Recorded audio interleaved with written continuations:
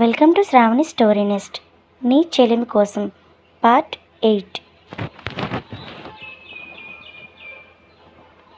ఏంటది? ఏం బెట్ అడిగాడు ధ్రువ. భూమి ఏం లేదు, తమరు మొహంలో స్పందన కనిపించకూడదు అంటూ మల్లెపూల వాసన చూపించింది. అతను అలాగే నిలబడి ఉన్నాడు. ఒక్కసారిగా కౌగిలించుకుని ముద్దు పెట్టింది భూమి. ఒక నిమిషం అతను అలాగే నిలబడి వ్యతిరేకించిన తర్వాత అతని మొహం స్పందించకుండా ఉండలేకపోయింది. అతను స్పందించిన మరుక్షణం ఆమె అతడిని దూరంగా నెట్టింది. భూమి యాహూ అంటూ గట్టిగా అరిచింది.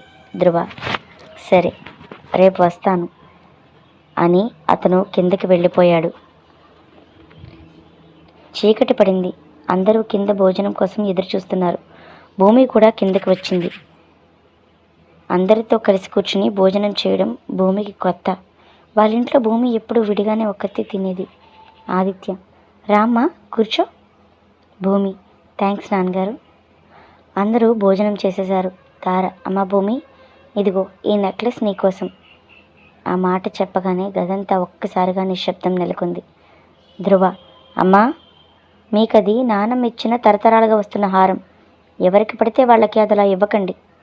తార ధ్రువ భూమి ఎవరో కాదు, నీ భార్య, నా కూతురు లాంటి కోడలు.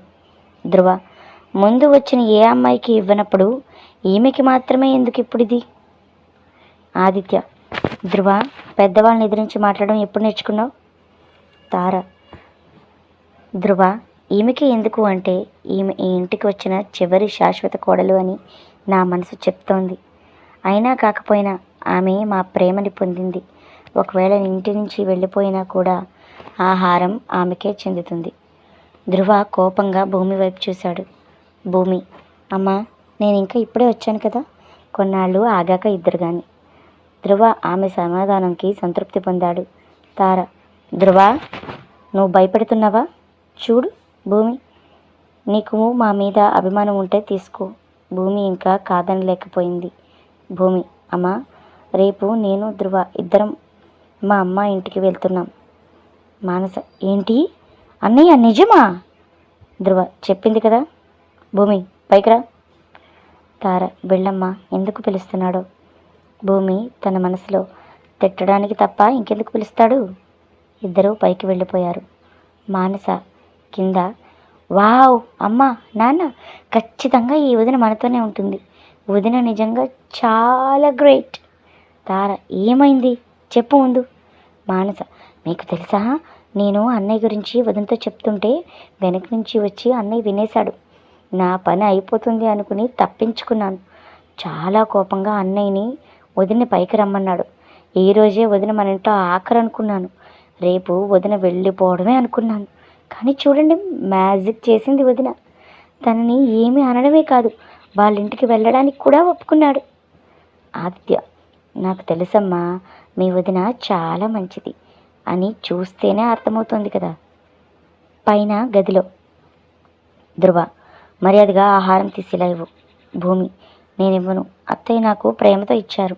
ధ్రువ అయితే నేనే తీసుకోవాలన్నమాట అంటూ దగ్గరికి వస్తాడు. భూమి నేను అత్తయ్య మావయ్యతో చెప్తాను.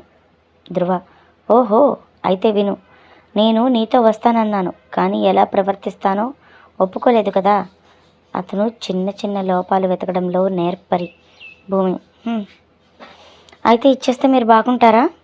ధ్రువ ఆలోచిస్తాను. అయితే సరే అని భూమి ఆహారాన్ని తీసి ఇచ్చేసింది. ఇద్దరు రాత్రి ఎవరో గదిలోకి వెళ్ళి వాళ్ళు పడుకున్నారు. పెళ్ళయిన తర్వాత రెండో రోజు గడిచింది. మొదటి అమ్మాయి కన్నా ఎక్కువ రోజులు భూమి ఇక్కడ ఉండగలుగుతుందా? రేపు వాళ్ళ ఇంటికి వెళ్ళిన తర్వాత అక్కడ ఏం జరుగుతుంది? అసలు వెళ్తారా లేక ఉదయం ఏమైనా జరగబోతుందా? తదుపరి భాగంలో చూద్దాం. మీకు కనుక మన కథ నచ్చితే వెంటనే వీడియోని లైక్ చేసి మీ ఒపీనియన్ని కామెంట్ రూపంలో తెలియజేయండి. మన వీడియోని మరికొంతమందికి షేర్ చేసి సపోర్ట్ చేయండి. అలాగే మీరు మొదటిసారి కనుక మన ఛానల్ చూస్తున్నట్టయితే వెంటనే సబ్స్క్రైబ్ చేసి బెల్ ఐకాన్ మీద క్లిక్ చేసుకోండి.